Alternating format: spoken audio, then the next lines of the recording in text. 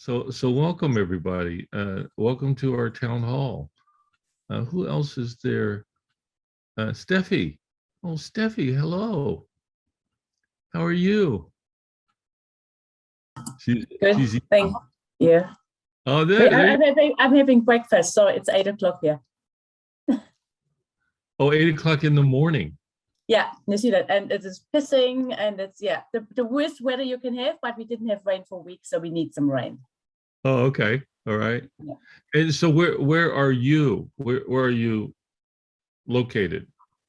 In the East Coast, in Mount Maunganui, Tauranga, in New Zealand, on the east. So we have the most sun hours, so we need some rain. That's great. Cool. So we got New Zealand and Switzerland. Is that right? Is that you, Marie? Sweden. I'm sorry. It was an S country, and I confused the two. People often do, yeah. Yeah. Sweden. I say I'm just trying to be funny here, and England and Scotland, and who? Oh, let me see. Maybe I should get the whole gallery here.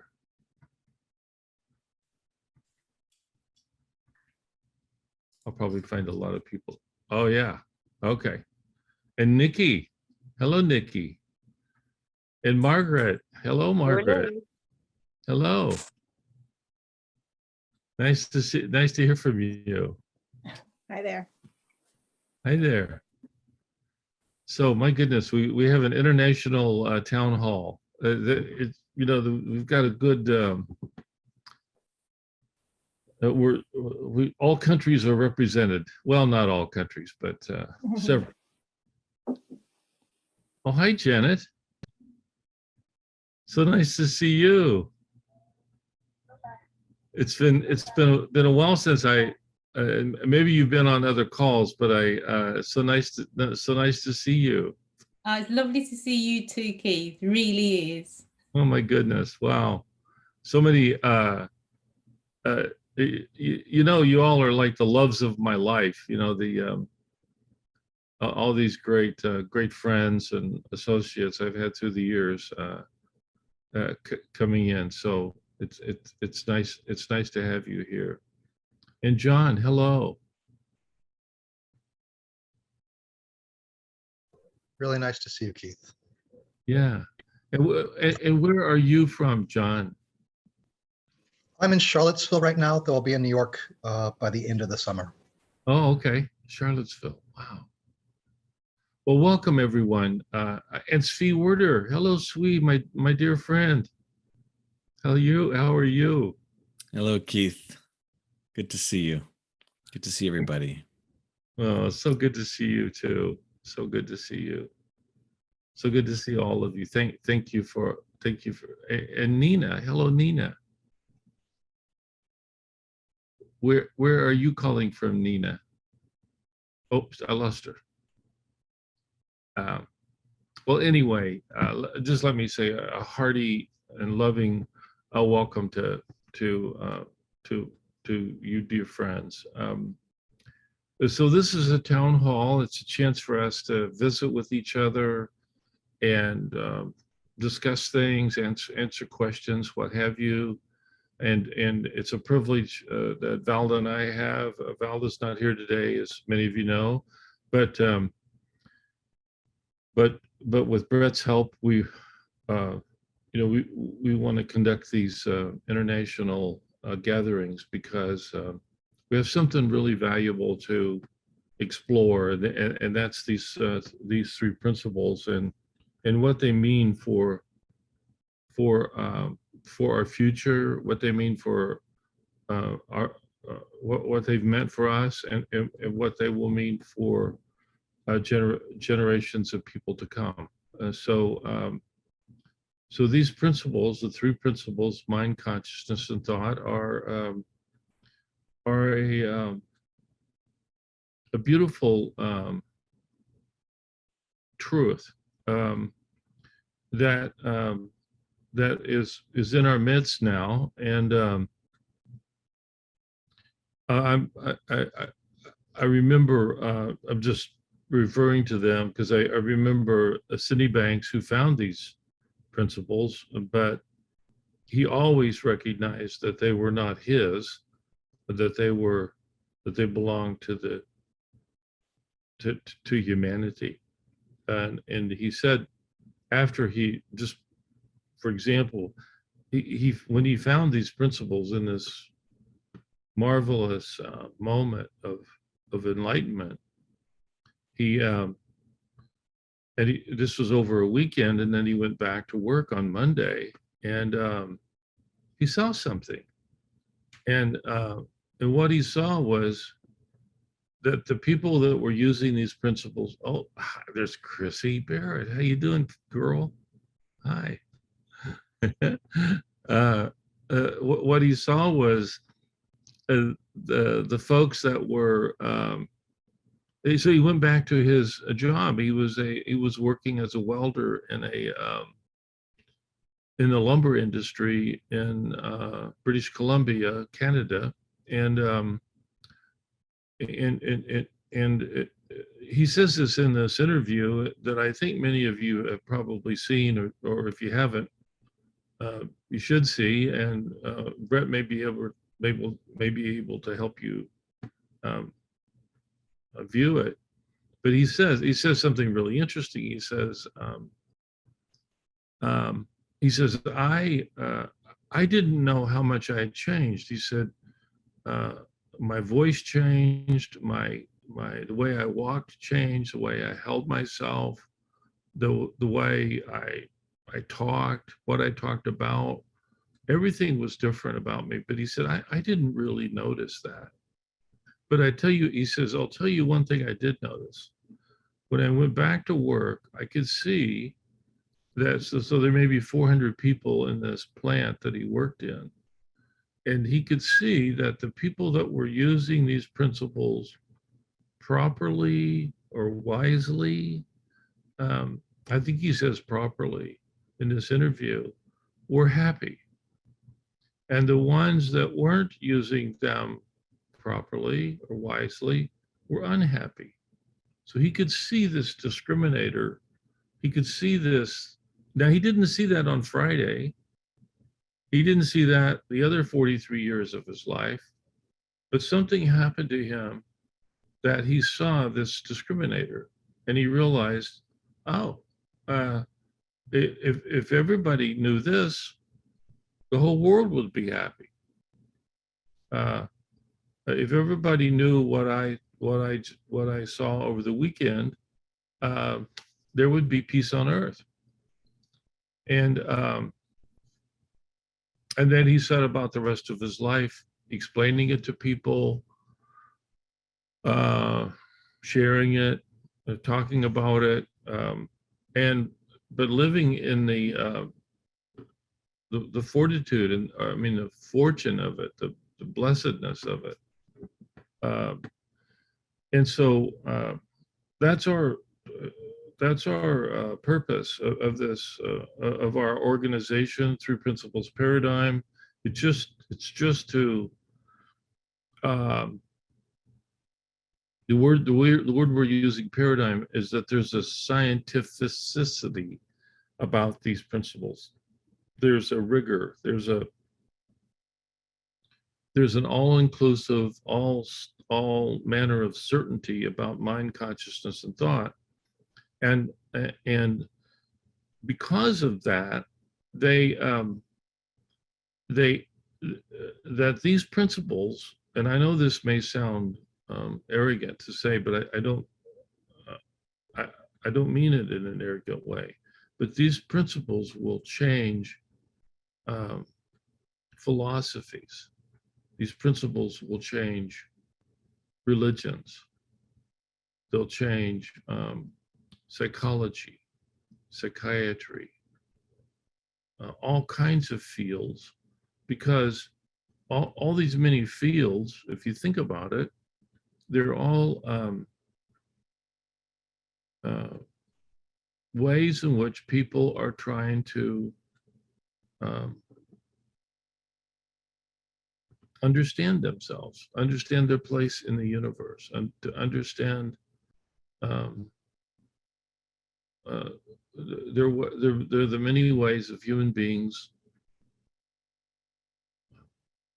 trying to account for life.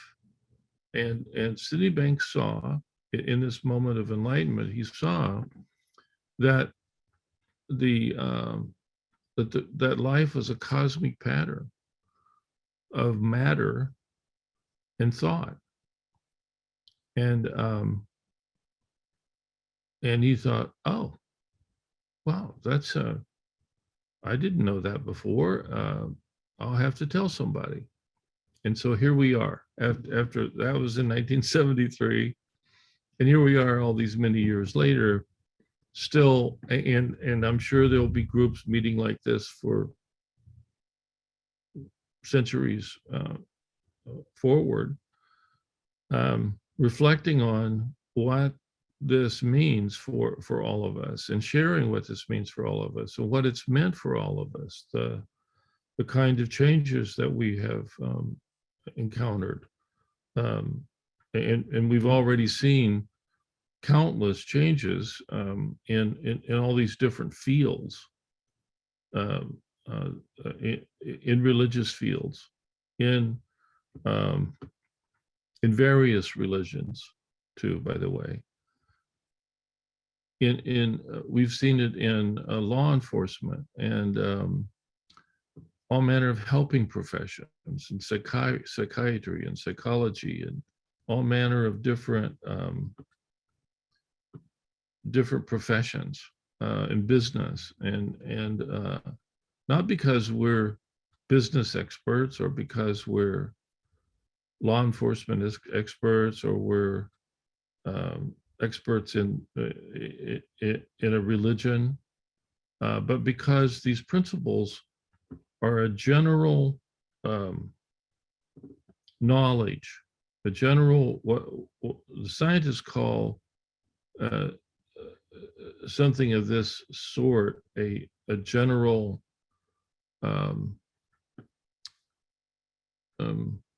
there's a term, I'm trying to think of it.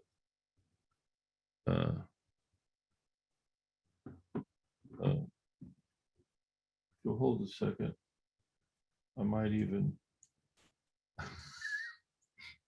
I think I must, oh, here, I'll use the word because I know it's in this book. A general ontology, and an ontology is a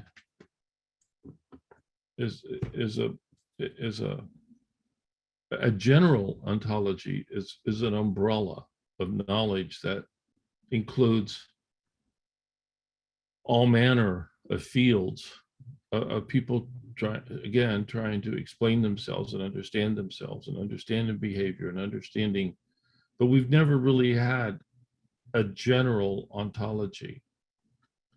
And Sidney Banks knew when he had this enlightening experience, he didn't know that word, but he knew that this would change theology, this would change all these fields. And if you listen to any of his recordings, he often said so. And he didn't say so, again, out of arrogance, or he said it out of knowledge. He said it out of wisdom. He said it out of the truth of the matter. And so Brett and I and a few of my colleagues, with Valdo, we've called it a paradigm, but we just mean to say it's a paradigm to try to draw a distinction from so many other logics, or maybe with a little bit of illogics that are out there. We're trying to say this is a logic that is watertight, that's metaphysically tight, that can't be perverted, it can't be changed, it can't be lost. These three principles are immortal, and they stand the test of time. They're atemporal. Something that's atemporal will be the same, in any generation. So these three principles are of great significance to us, and this is why we come together here as a community of students of these principles, and discussing them and sharing what we've learned, and seeing what more there might be to learn from each other, or from wherever we learn from things. I'll say one other thing. At one time Sid says to me, when he was alive and I was working on this book, he said, "You know what the principles are?" And I thought, and then he stopped, and it was kind of confrontational for me, because I thought, oh my goodness, here's the discoverer, or these, you didn't say he discovered them, he found them. So if you find something, it was pre-existing knowledge. And he's asking me what they were, and I scrambled in my mind to try to think of what I might say to him, because he kind of turned the tables on me. It's like he said, you know what they are. And I hesitated for a moment, because I was trying to, it was a bit shocking. It was like the most, a person of profound wisdom saying, you know what they are, right? And so, and then he wasn't really waiting for my answer, but he said, God mind. And as soon as he said God mind, I thought, oh, of course. But what that means, and what it means to each of us, and in our professions, and in our relationships, and our ways of going forward, that's why we're here, to talk about it. This is a town hall meeting of people who have gotten a glimpse of God mind, and want to get together and share. So welcome. So nice to have each and every all of you. And so with that introduction, I might open up the floor and see what the town has to you all being part of the town out there. What have you got to say for yourselves? What's your any comments or questions or things you want to share? We'd love to open up the floor.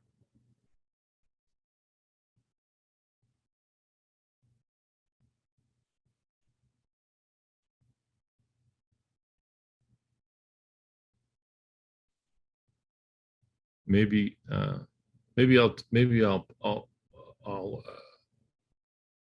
point up. I'll call on one of you. How about you, Svi?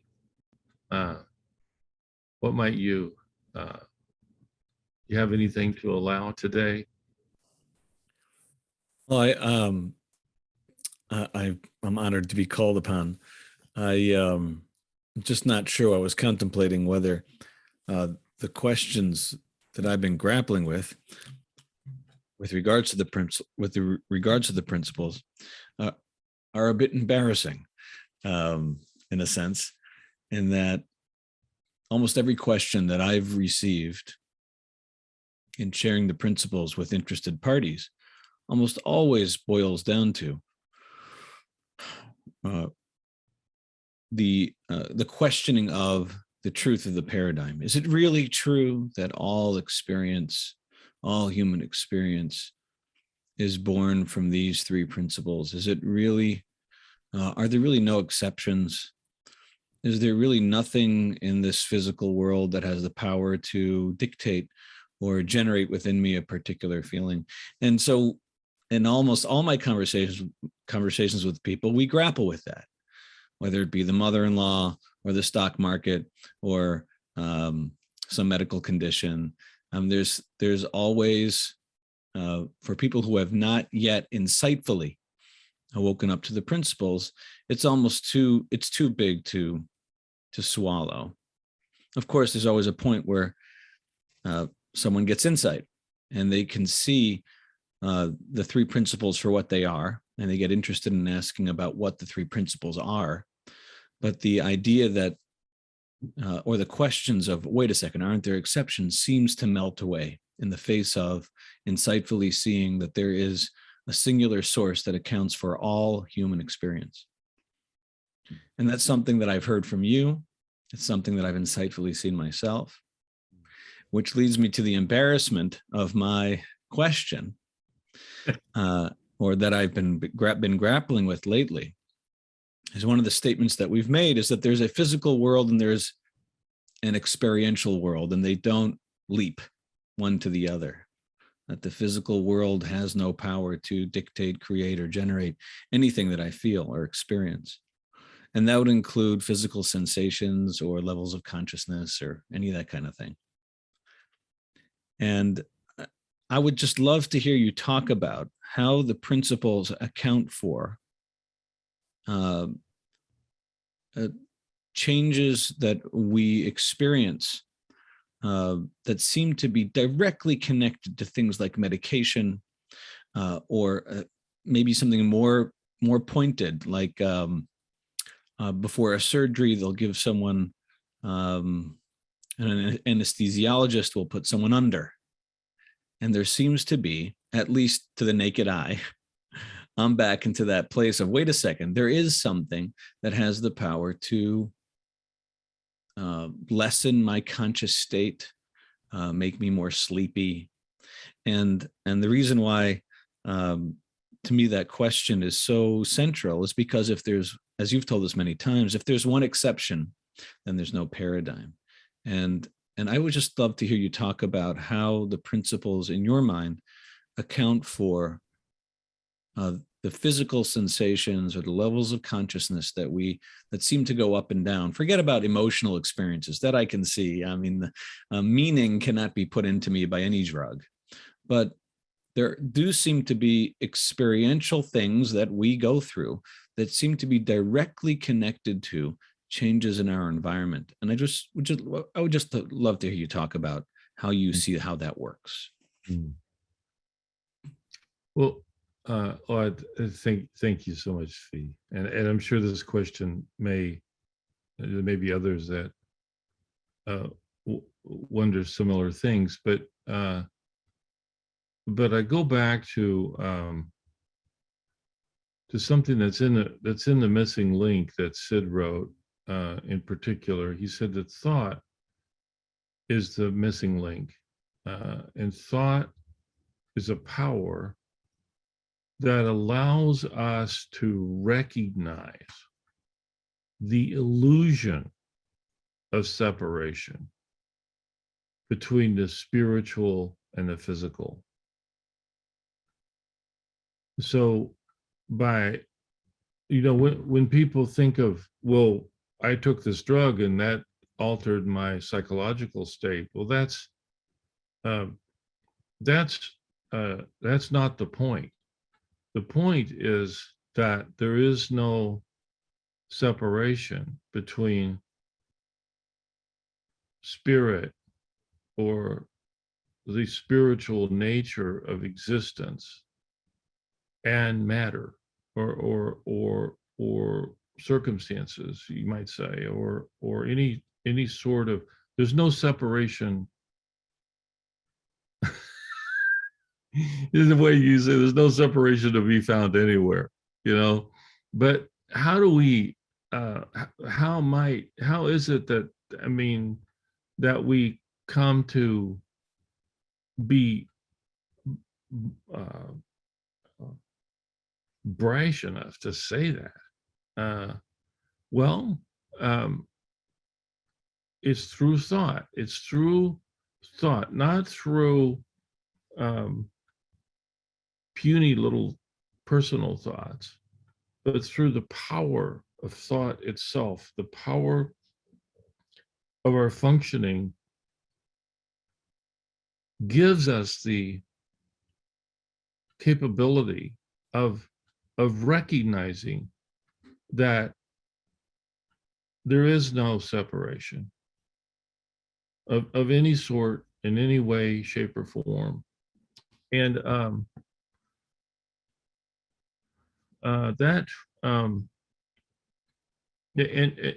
Cindy Banks, for one, said, that's why I keep talking about thought, because I know that's how I found it, is via thought.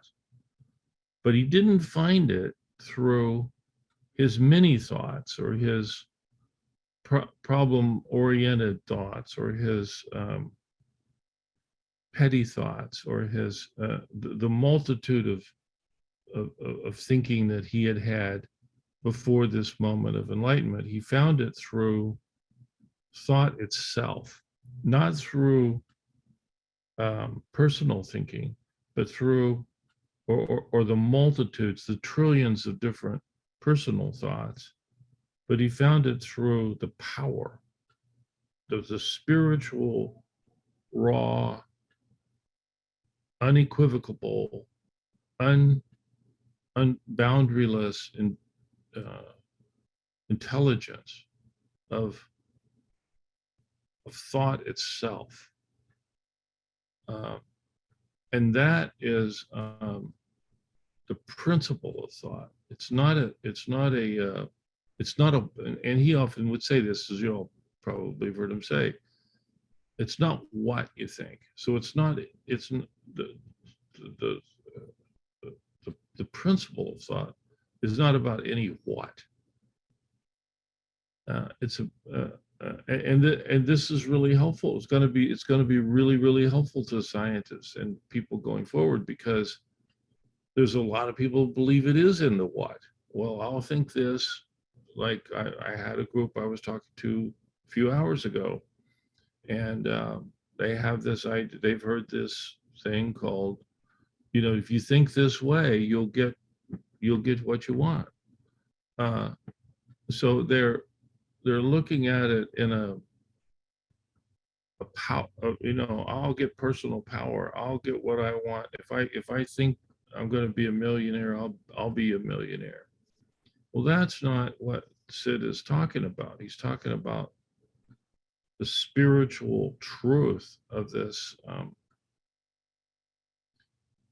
boundaryless energy of existence that is all around us.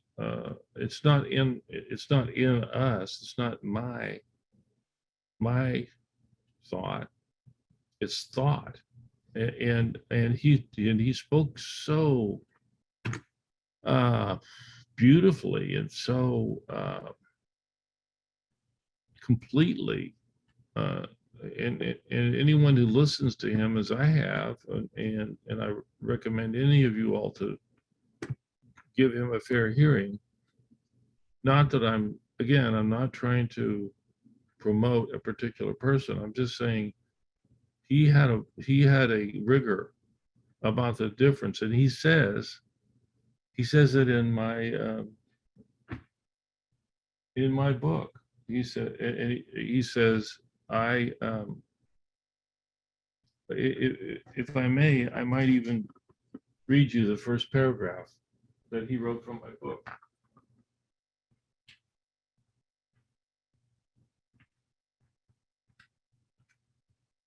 Because he says it right here in such simple ways that it's really shocking to me. This is from the first paragraph that he wrote from my book. In the fall of 1973, I had an enlightening experience and realized the existence of a world that very few people know exists. From that moment on, I walked into a world that is invisible to the naked eye, like I met him. I couldn't see what he saw. I shouldn't elaborate. I'll carry on. From that moment on, I walked into a world that is invisible to the naked eye. So powerful was my experience. All the negative feelings and sadnesses that had plagued me for 42 years vanished like mist in the morning sun. This was the day I realized all my sadnesses and all my negative feelings were all created from my own thinking. I had freed myself from all my past negative experiences. All of them. At that moment, I knew deep in my heart, if anyone could realize for a fact that we live in a world of thought with a big T, not in his thinking, but in thought. We live in divine thought. They too would find the happiness they were searching for. What I found that day was so simple, yet so powerful, it boggles the mind. Right there and then, I knew this was the missing link, and the answer psychology and psychiatry were searching for. This is the answer that could heal millions of people who were suffering needlessly.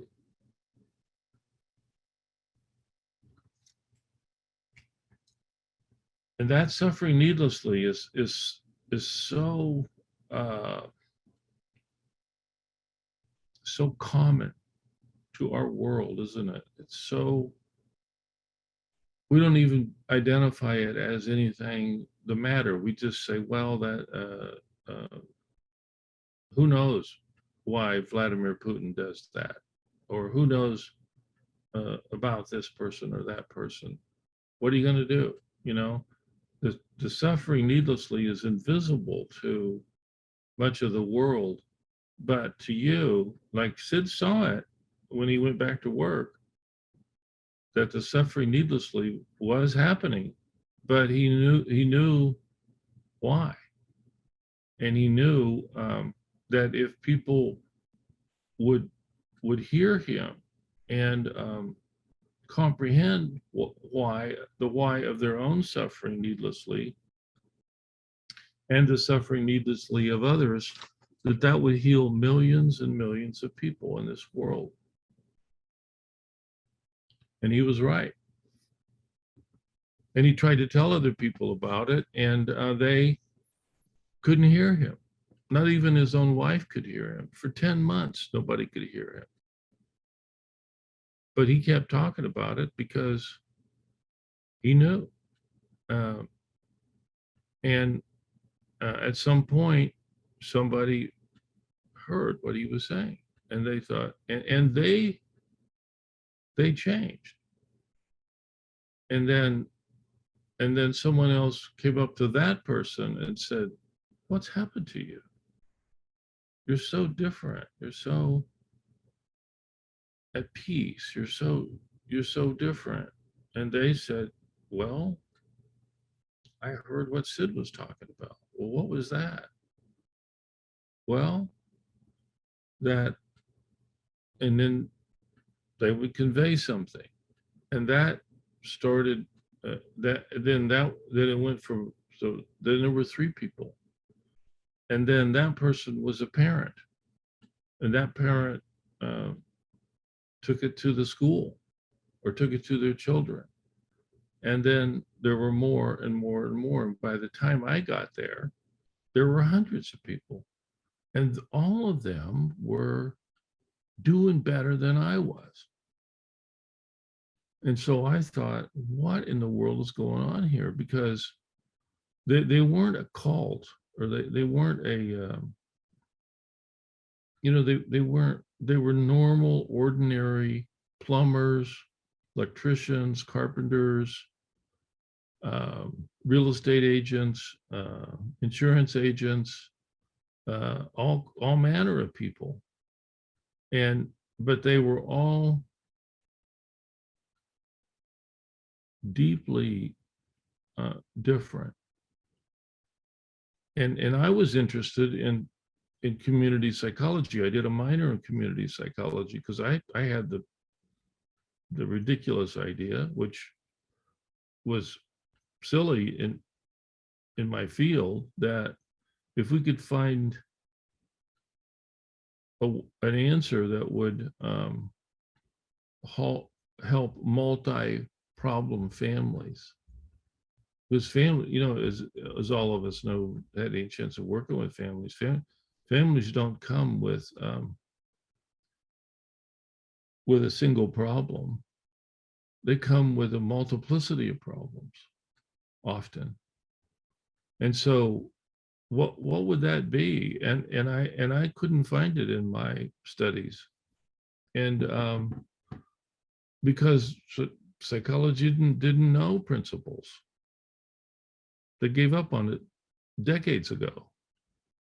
They said that's we might as well just carry on and not search for principles. But William James, among others, they were people that said psychology is yet to find her principles. But if it ever does, it will be more important to the world than anything the humanity has discovered technologically since fire.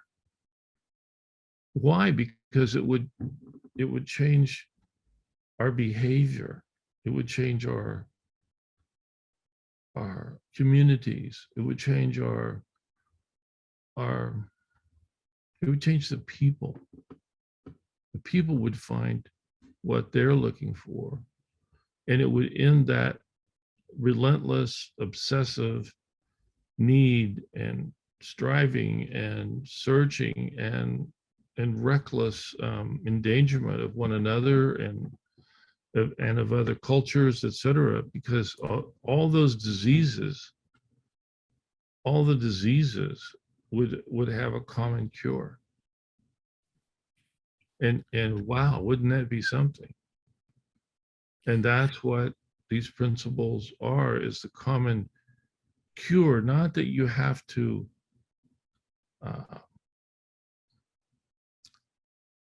do them. They're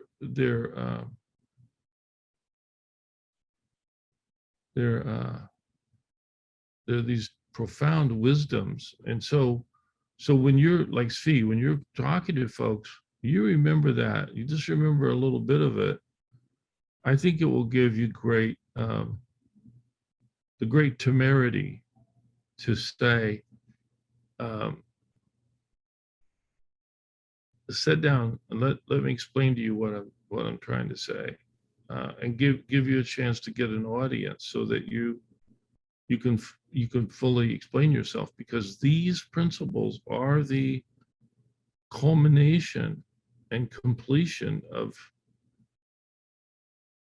the scientific revolution that we've been under in our civilization since 1500. Yeah, I mean, there's a couple of things that you said that kind of struck me and kind of opened up a pathway for me to further explore, maybe something about the principles that I've heard many times that maybe I need to go back and revisit.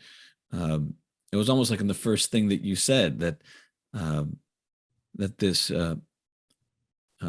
revealing that there is no separation, that there's something there about the non-duality that is core to appreciating what the paradigm has to offer us and why that is transformative for people. And that kind of took your story that you've shared with us many times about Sid telling you or answering you, you know what the principles are. They are God mind, which again kind of shook me out of this idea that this is where the principles are really helpful is about getting to know your own thinking and maybe somehow dropping it. And there's something bigger going on here. And I think it was Brett who posted here in the chat box from page 34 in the missing link.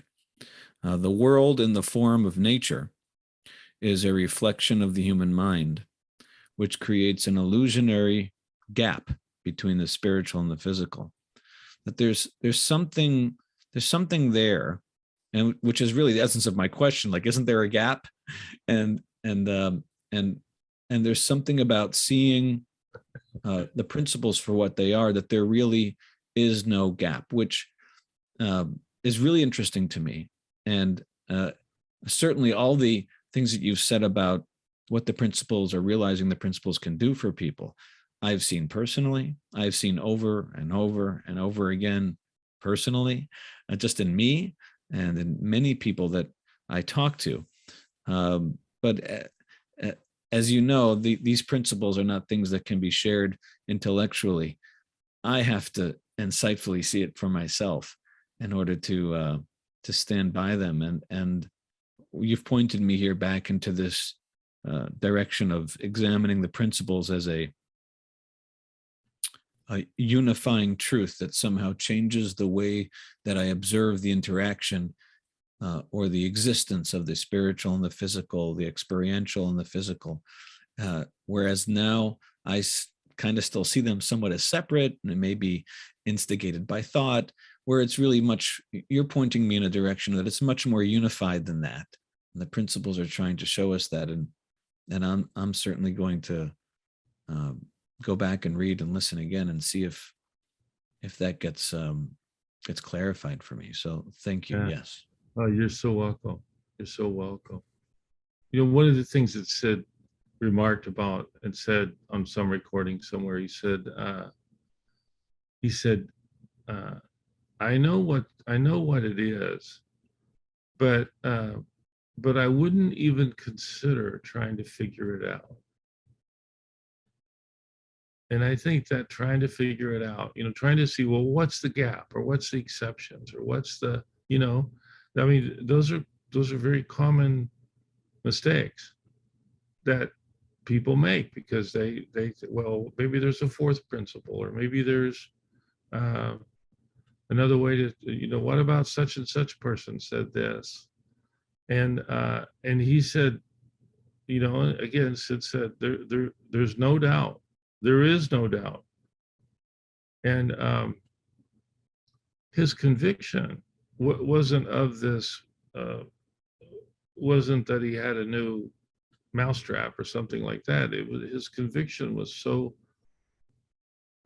divine that he didn't even have to prove it. He would just work in his garden or live. And he would say, just live. Just be ordinary, just live. Like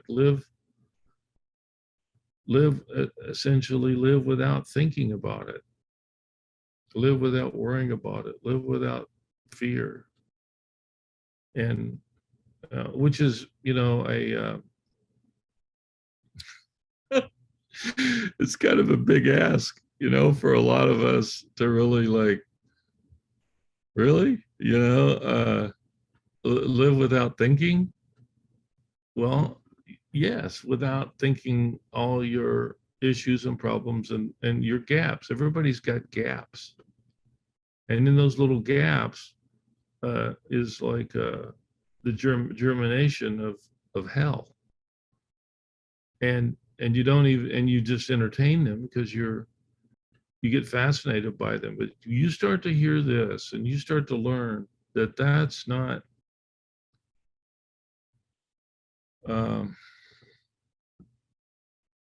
that's a little mental game that you're playing with yourself. And look at the feeling you get from it. You get skeptical, you get intellectual, you get negativistic. That'll show you. You get a glimpse of these principles, and the feeling engendered accordingly is something so beautiful and so calming and so meaningful that you settle down and your mind, that your little mind settles down. And as Sid says in also in the missing link, I'll read this too, because yeah, thought something that Brett referred to, but he says in the mind,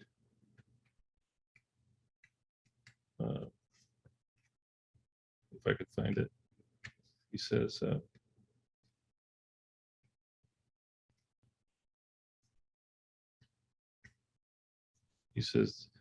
the world in the form of nature is a reflection of the human mind, which creates an illusionary gap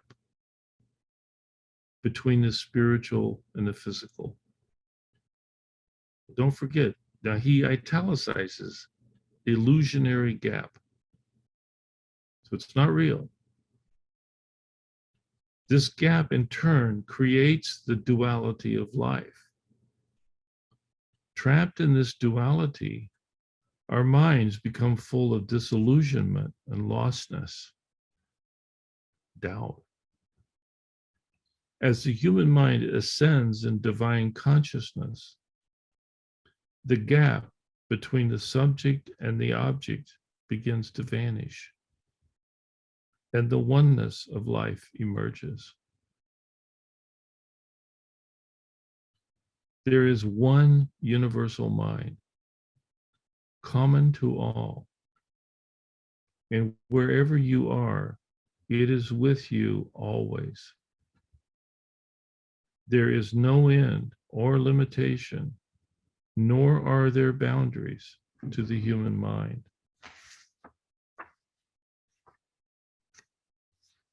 In another place he says, the same chapter, he says, every human mind has direct access to its experience here on earth.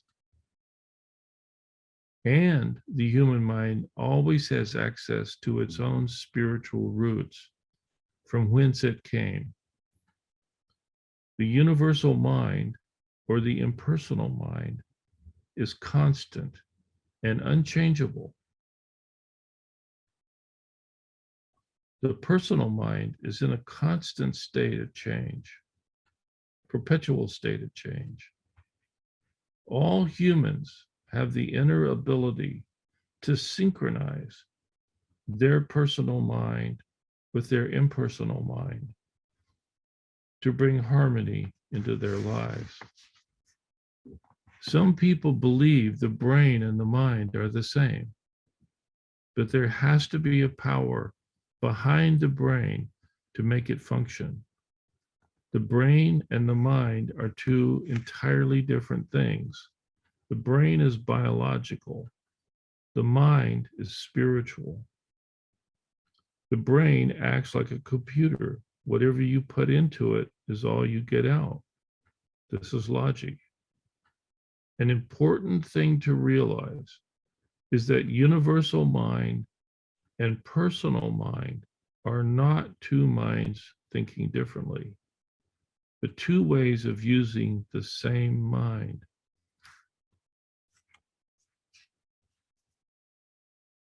The world in the form of nature is a reflection of the human mind, which creates that illusionary gap between the spiritual and the physical.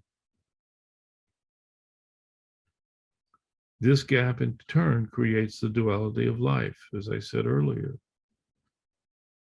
And you just get a feeling for that, like the oneness. Like he told me once, he said, because I was telling, she knows who I'm talking about, but I was telling Sid about this great rabbi that I had met, and that he really had a heart for helping people who were suffering needlessly, and in mental health, and he'd had a great amount to say. And Sid told me, he said, there's a quote from him. He said, "Tell that rabbi that I found what Abraham found."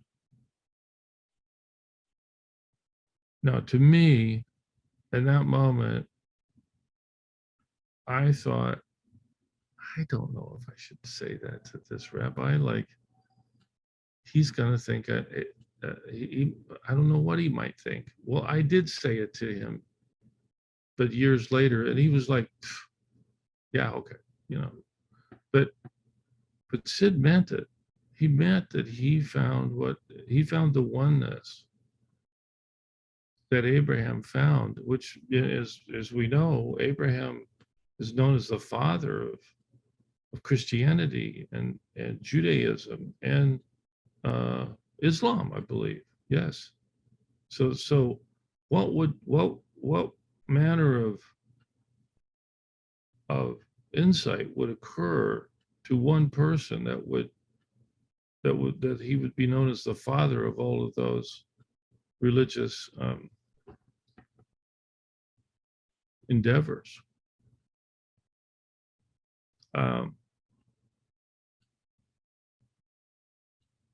It's magnificent, really, isn't it?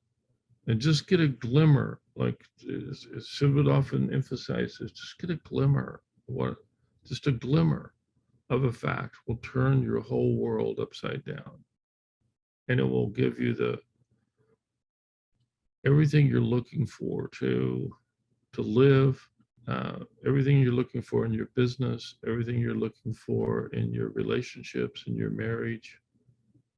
It will bring you it'll make your dreams come true.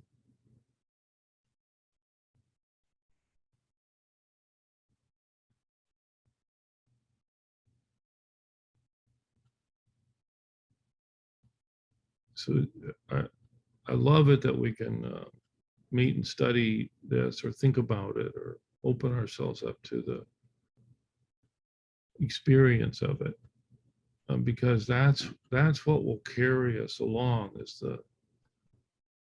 like Sid says in my book, he says anyone who uses the principle of thought correctly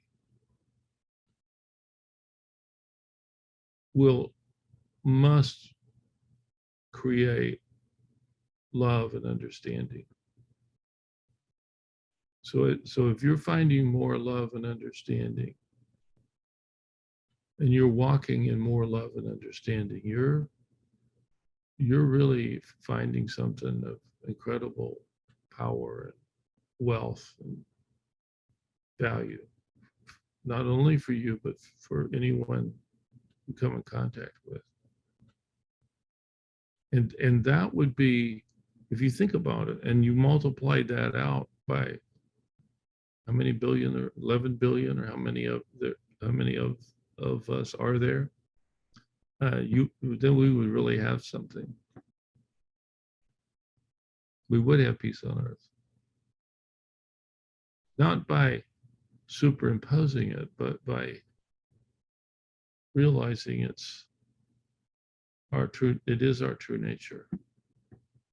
And that's our true community. And that's a reason we're gathering together, is to honor that.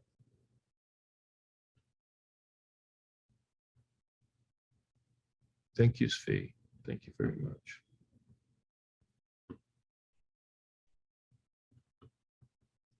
Let's move to Gil Kelly, my good friend Gil. What have you got to say for yourself, my friend? Not a lot, but I just wondered what that last quote was from that you read. What book was that? Oh, The Missing Link. Missing Link? Okay. That's what I thought. Okay. Yeah. And this is one of the 6 books that Sid wrote.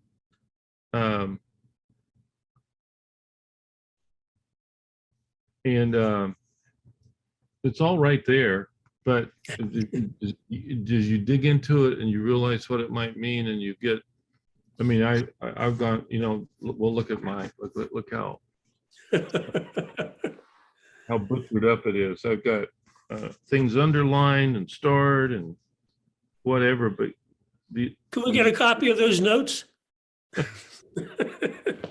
I'd like them. just go to the original text. I don't know whether my notes would make sense or not, but illusionary gap. In that illusionary gap is the sins of the world, and they're so pervasive and so horrible and so conflicting, and so I mean, look at where we are. I mean, something's really, really wrong with the human race. Now you can say, well, it's not everybody, but no, but really, how far have we come? We still got wars. We have war crimes. We have starvation. We have so many problems. They're so awful that, but to think that there might be a solution, one solution, just to even consider that is a good thing to consider. So you are optimistic then? Not disheartened by all this? Well, no, I'm not, because I can see that it's just ignorance. It's pervasive, and certainly, and you can find any millions of examples of it anywhere you look. But when this comprehension or this understanding or this truth begins to get acknowledged and identified with, like by all of you. Look at you people. You're wonderful people. As you learn more about it, it's a different deal. This is not just another little psychological gambit of another technique or something like that. You all, and me included, are really, really fortunate to have stumbled into this this science, this understanding, and we're not alone, but we are, really a minority group. But that doesn't really, I mean, it had to start somewhere at some level of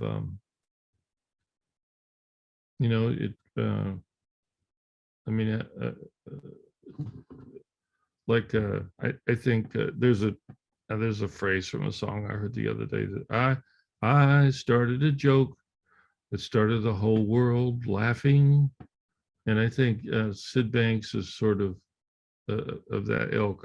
I shouldn't even say this because I don't mean to demean it, but I mean, what if there was such a joke that got the whole world laughing, and we all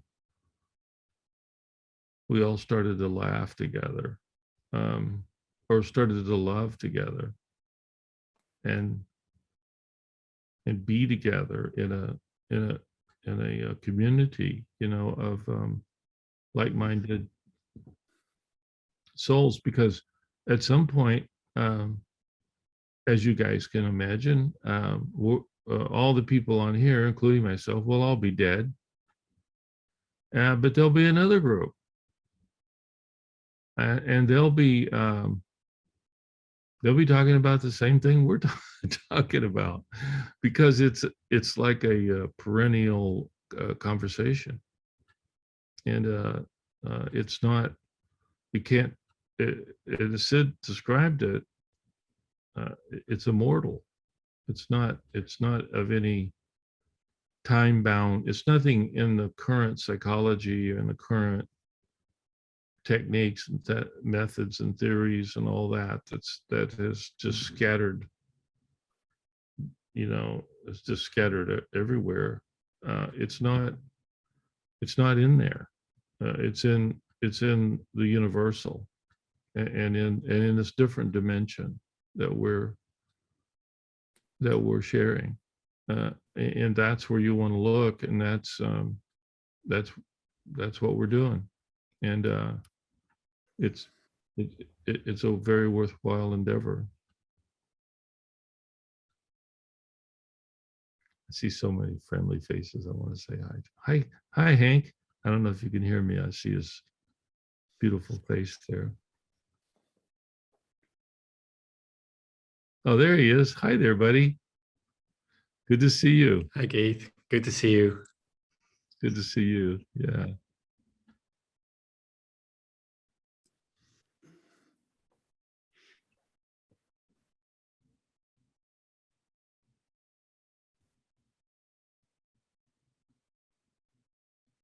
So any other thoughts or anything people wanted to say or share or ask questions about?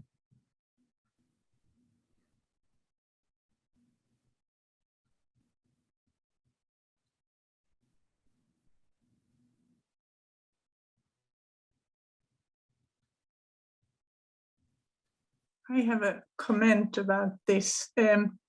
Sid was very optimistic and thought that the whole world would change in 6 weeks or something. I think the hard part is that not all people get it very fast.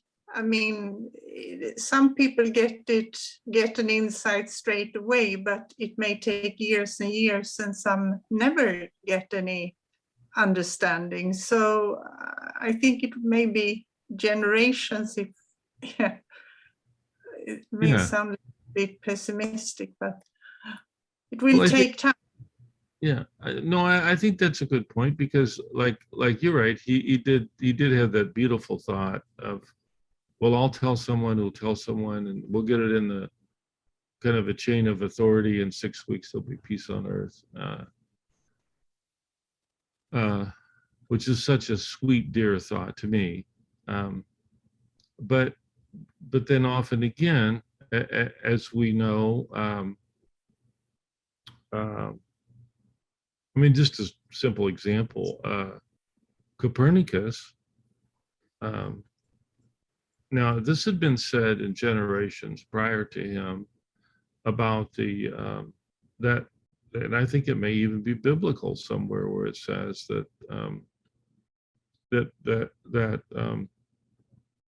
we orbit around the sun. But Copernicus put the math to it, and when he did, he realized, oh my goodness, we've got this thing upside down. We're not even the center of the solar system. We thought in the known universe, we were the center of the known universe in his time, 1543. And so he did it. He flipped the model around, and he thought, well, what if we're the planet and the sun is the center? Simple premise. And it didn't really change anything, did it? It didn't change the fact that we are a planet, and it changed nothing. It didn't change the planetary orbits or anything, any such thing.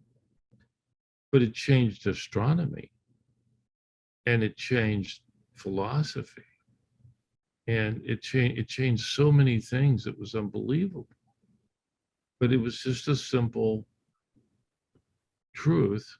And when he went to, he was a monk, so he went to write about this in his book, and he knew that the Pope was going to read it, and he wanted to be really polite because he didn't want to ruffle the Pope's feathers, really. So the first half of his book is an apology, saying, I know,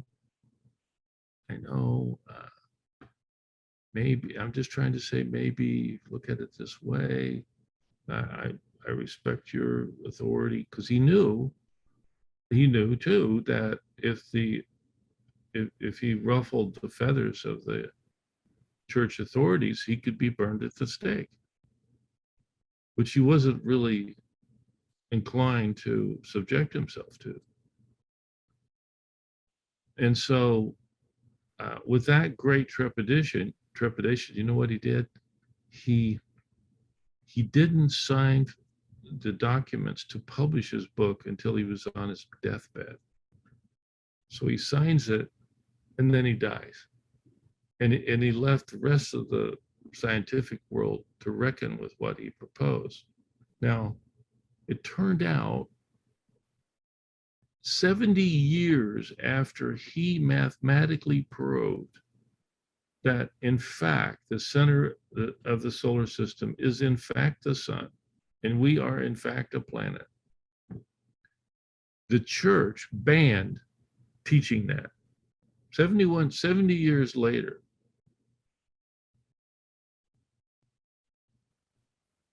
I'll use one other example. This is a killer. So scurvy was once a horrible disease suffered by sailors, crippling, deformed sailors, the bow-legged sailor. And it was terrible. All maritime armies or all maritime navies their sailors suffered from scurvy. And then someone discovered, oh, scurvy is a bone deficiency caused by lack of vitamin C. If you put fresh fruits on a ship available to the sailors, no scurvy. Okay? How long do you think it took from the time that paper was published to be absolute truth until the time that the British Navy, at the time, was the most advanced maritime power on the planet? How many years do you think passed between the time that was published till the time it was adopted as standard maritime policy by the British Navy?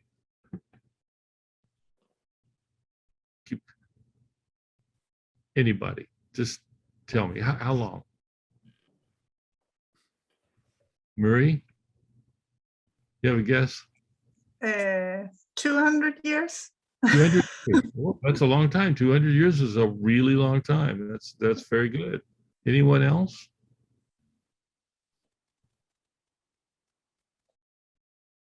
You know what it was? It was 500 years. 500, and that's how simple. Vitamin C. Take vitamin C, no scurvy. But you can see news travels slowly of this sort because it's so revolutionary. Like, who would have thought vitamin C would cure those bow-legged sailors? What? But sometimes in life you get someone whose time has come. Like sometimes the answer is an answer whose time has come. Sydney Banks was one of those folks, and he saw what this would do, and he knew it. He knew it. He didn't think it. He didn't wish it. He knew it, and he knew it so profoundly he could even go back to gardening. he didn't have to, you know, he talked to people, but he didn't really, he got a chance to enjoy his life. But that's confidence. So if you find something that's that worthwhile and you know it, and you've spoken about it and written about it, then the cat's out of the bag. Now it may take a while for the ripple effect to get a momentum where you have a tsunami. Well, we're in that era, and it may not look like a tsunami yet, but there's one coming. Yeah. I just read the other day that the Flat Earth Society is making a comeback and renewed interest in that.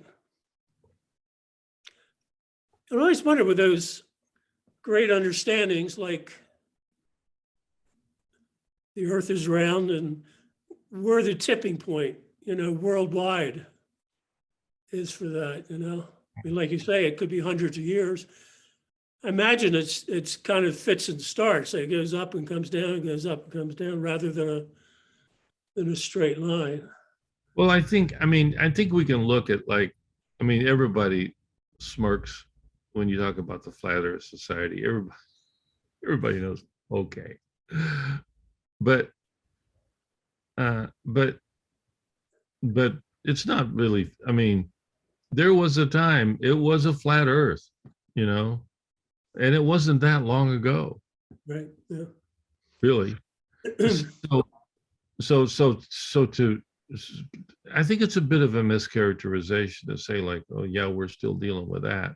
Well, but look at the advancement of so many things in life. We've got systems and information and computers and etc.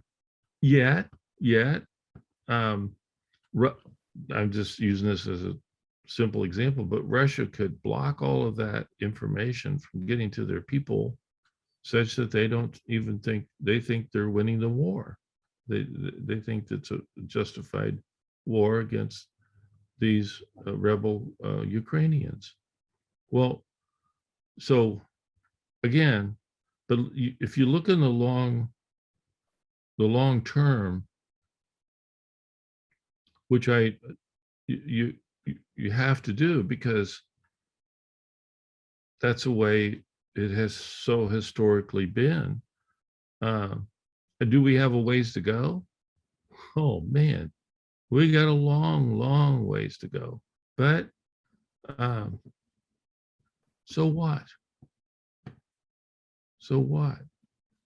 We got the truth's on our side.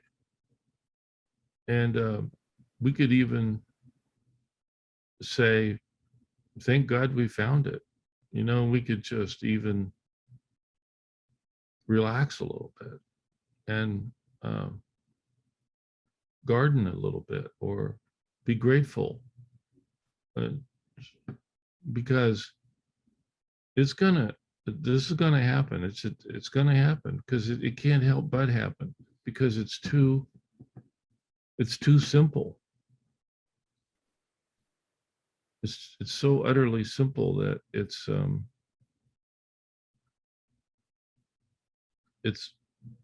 can't be stopped.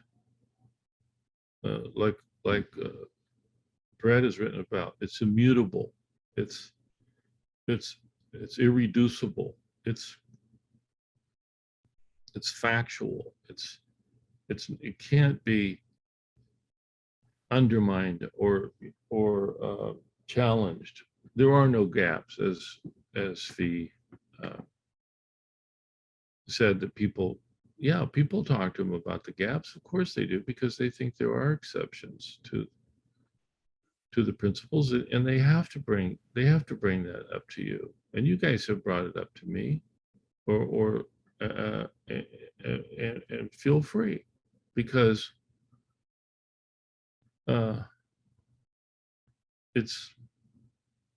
that's the way you learn sometimes, as you ferret it out on your own terms. But the ferreting outness of that exploration does great things for you. And it does great things. For example, it's done great things for us, Valda and I, with our parenting our daughter. And on one of these calls, I may have mentioned this before, but on one of these calls, somebody asked, well, what are the implications of the principles for parenting? So I hummed a few bars. We were way over time. And so my daughter happened to be here with her child, her 8-month-old child. And so we get off the phone and she says, Dad, you kind of gave that short shrift, like, for Pete's sake, this changed everything with regard to parenting. And I said, well, tell me more, and I kept thinking, how do I get my computer, my phone to record this? Because she's just like spilling out.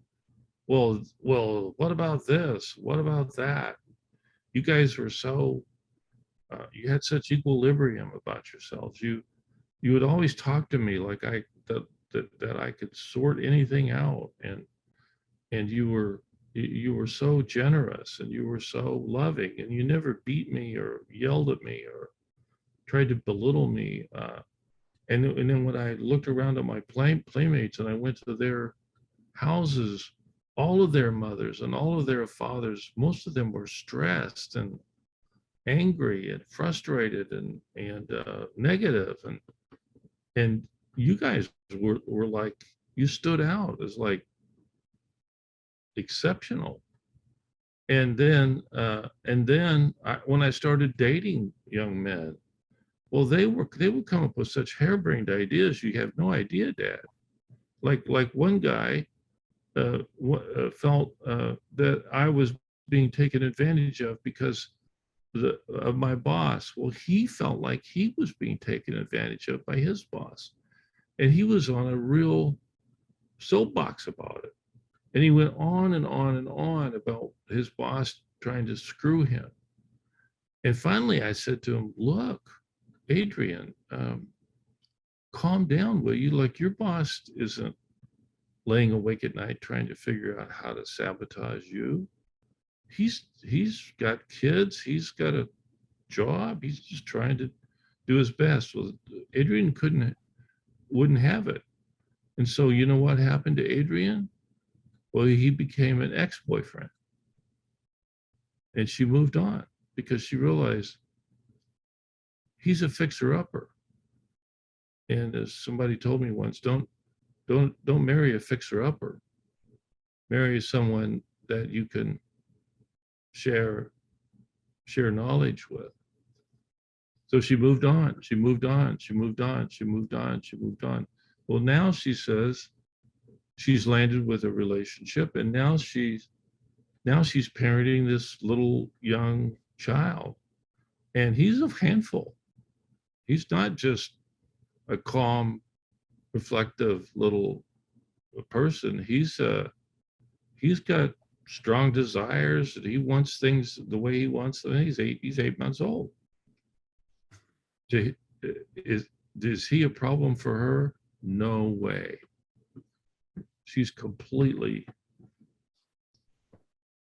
he's met his match, because he's got a mother who's like a saint. And he's not getting his way with her. I can't get my way with her. But that's how saints are. Sid was like that with all of us. We couldn't get our way with him. He was like,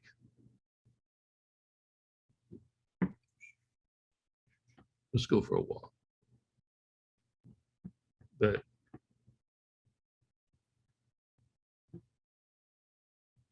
this is a long-term project here, of the principles and the envisioning of what they mean for you and what they mean for all of us. It's immortal. It's an immortal truth.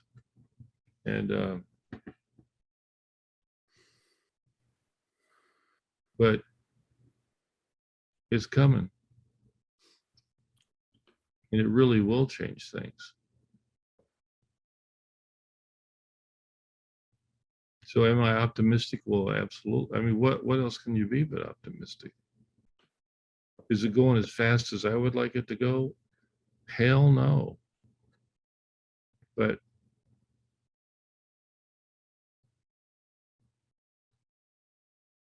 again, it took 500 years to to realize vitamin C, no scurvy. You know, how long has it been for me? 77 to now, I don't know, 32 years or something like that. That's a drop in the bucket. So even if it takes us 200 years, we're ahead of scurvy. So that's Yeah, yeah, exactly. Or 500 years or 1,000 years, whatever. It's still true.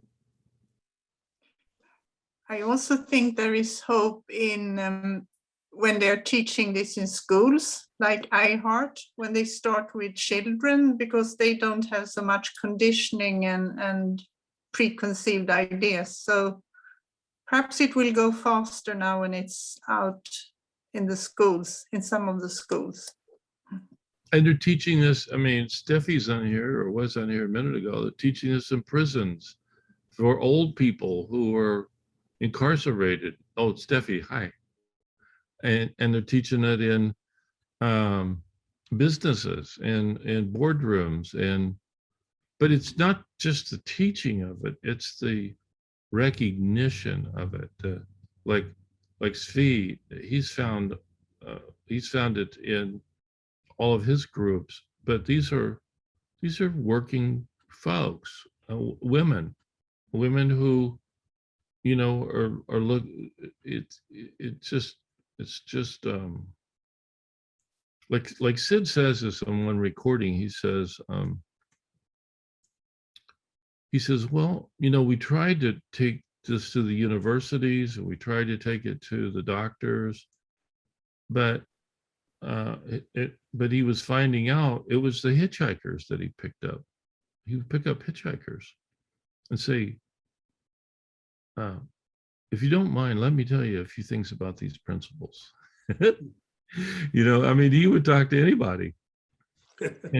And so, and then he thought, and he says to himself, he says to this group that he was talking to, he says, well, if this is the way it's going to go, this is the way it's going to go. And it went into the groundwater of his community.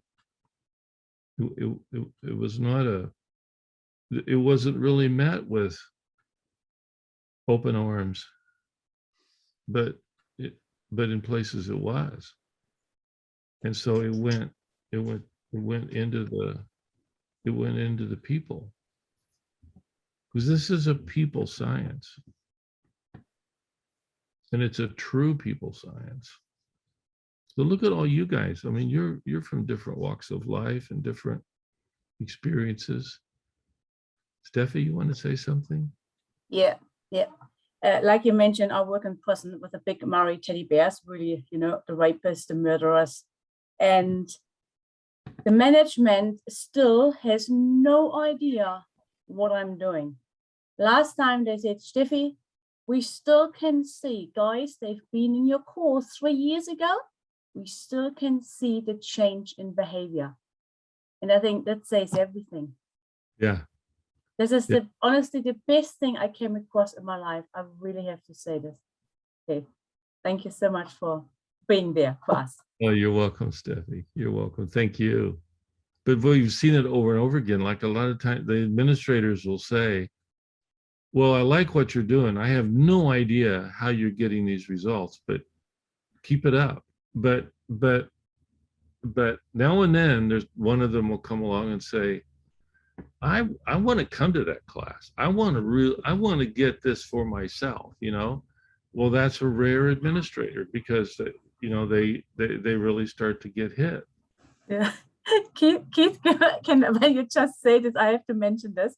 Last year, when I did the last class, because of all this COVID, what's going on, the last class, the management said, Steffi, can we ask you a question? I said, do so. Yeah, can we ask you a question? And just ask me the question. We wanted to ask you if we can sit in the last session with you today, with the boys. And I looked in their face and I said, no, you can't. OMG, you should have seen the faces. I said, no, you can't. We have Yeah. not asked the boys for permission. You know? Yeah, They want to come in. trust me. They trust me.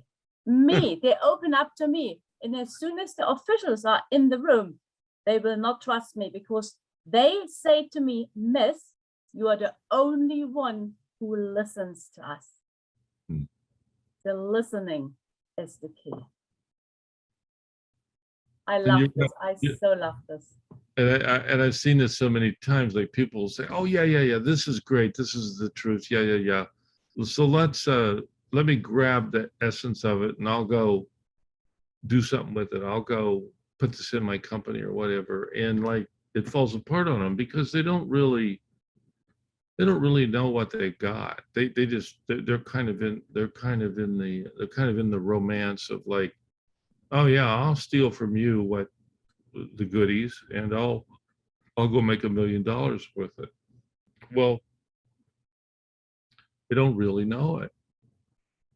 So when you said no, you're saying, look, these guys came in from the ground level. These guys worked with me. They tested me. They thought it through. They worked and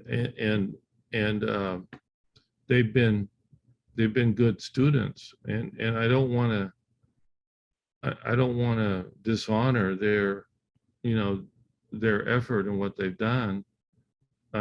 So no, you can't just come in and it's not just like a drive-by. You're not just driving. You don't just drive by this and say, "Oh yeah, that's a great stuff. I'll see you later." Those people, there's been a lot of people that came through the principles like that, and I've often said that it's like they come through on roller skates. They're skating through, and they see something and they grab a hold of it, and then they're gone. And I haven't heard from them in years. So I don't know. Now there may be some of them that really got it. I don't know, but time will tell. The results will. If you're not getting like Sid says in my book, if you're teaching about the now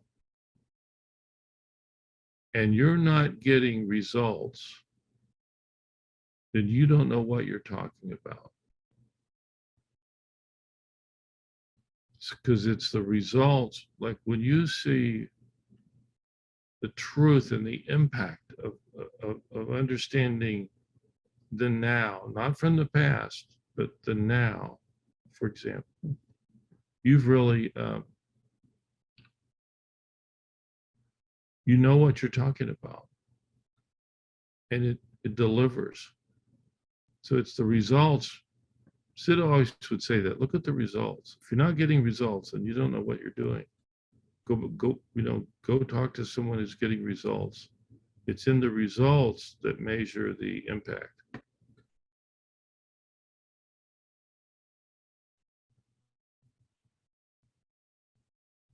And he would say too, sometimes people come in that are really new and they jump over their teachers. So they're seeing something at a different level and a deeper level than even their teachers. So there's no stopping that kind of stuff. Even the teachers, if they got worried, try to hold on to it and say, well, you got to prove yourself or whatever. Well, those old fogies, you know what happened? You know what's going to happen to all those old fogies? They're going to die. And distill, the principles will be there. You can't put a lid on it.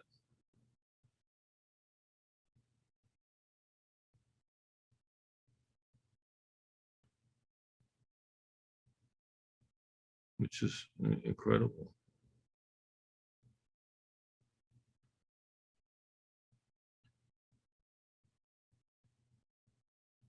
How are we doing? Oh, gee, we're maybe this is a good time to stop, eh? Think so? Brett's saying, yeah. Hey, well, great town hall, you all. Thank you so much for spending time with us together. It's been delicious. I really appreciate it. And my best to all of you. I see so many faces, and thank you. Thank Keith, you I for want to thank you because I've been watching the news too much lately, and just what you said today is just so right on for me. It's helped me. It's helped lift me again because I was feeling a bit down in the dumps about the world and life. Yeah. So thank you Yeah. for this. Oh, you're It's welcome. inspiring. You're welcome. You're welcome. Well, Godspeed, everybody. Thank you all so much. Look forward to seeing you in the future. And thank you. Best to you and Val. Thank you so Take much. care, everybody. Okay. See you guys. Yeah. Thank you. Thank you. Bye.